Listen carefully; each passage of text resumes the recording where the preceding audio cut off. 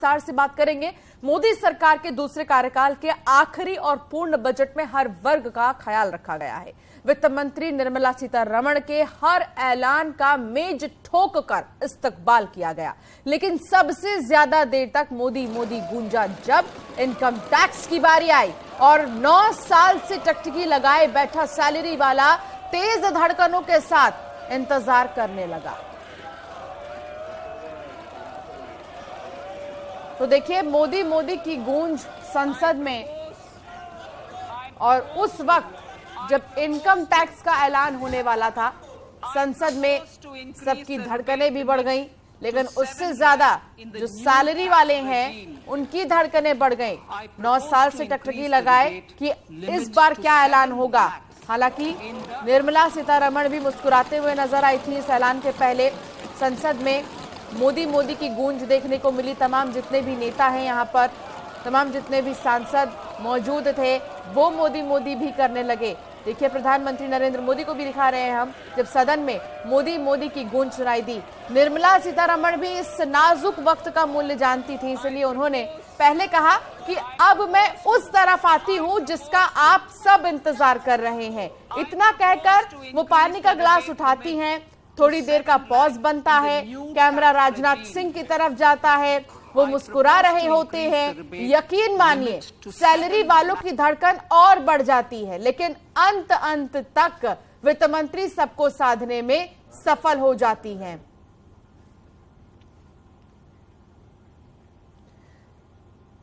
तो जब संसद में सन्नाटा छा गया, ये उस वक्त जब इनकम टैक्स के लिए हर कोई सुनने को बेताब था कि इनकम टैक्स में क्या होगा, टैक्स स्लैब में कितना परिवर्तन होगा, कितनी छूट मिलेगी, ये सवाल हर किसी के मन में था। लेकिन ऐलान कर दिया गया और 7 लाख तक के टैक्स पेयर्स को छूट दी गई है।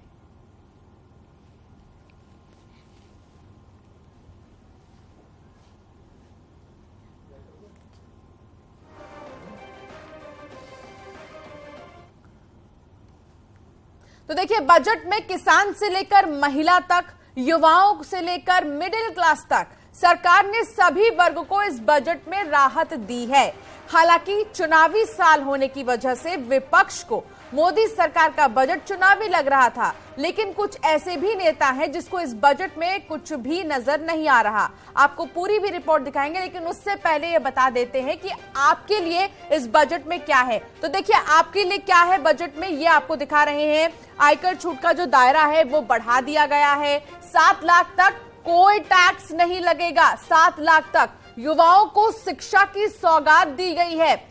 इसके अलावा अखिल भारतीय राष्ट्रीय शिक्षुता योजना भी लाया जाएगा, जिससे कि शिक्षा में और भी ज्यादा बढ़ोतरी होगी। वरिष्ठ नागरिक खाता स्कीम की सीमा बढ़ा दी गई है और अब 4.5 लाख से बढ़कर ये 9 लाख की सीमा कर दी गई है। महिलाओं के लिए नई बचत खाता स्कीम लाई जाएगी। महिलाओं को 2 लाख के बचत पर 7.5% ब्याज भी मिलेगा।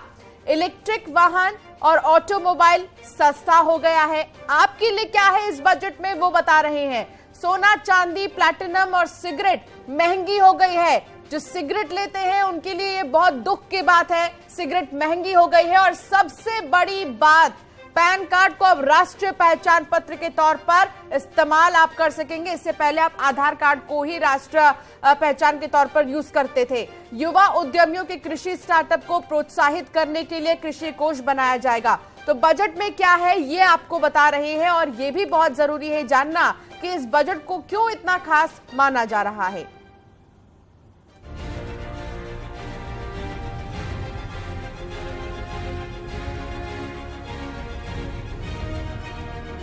ये budget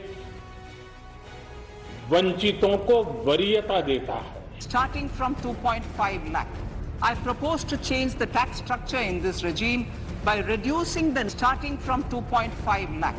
I propose to change the tax structure in this regime. हमने टैक्स रेट को कम किया है, साथ ही प्रोसेस को सिंप्लीफाइड, ट्रांसपेरेंट और फास्ट किया है।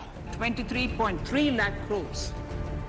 लोकसभा चुनाव 2024 से पहले मोदी सरकार का आखिरी पूर्णकालिक बजट जिसमें किसानों के लिए वरदान है, महिलाओं के लिए सम्मान है, युवाओं का रखा ध्यान है और शिक्षा स्वास्थ्य के क्षेत्र में नए आयाम हैं। देश की संसद में आज प्रस्तुत हुआ आम बजट नए भारत की समृद्धि का एक नया संकल्प है, अंत्योदय का विजन है। 130 करोड़ भारतवासियों की सेवा का लक्ष्य भी है।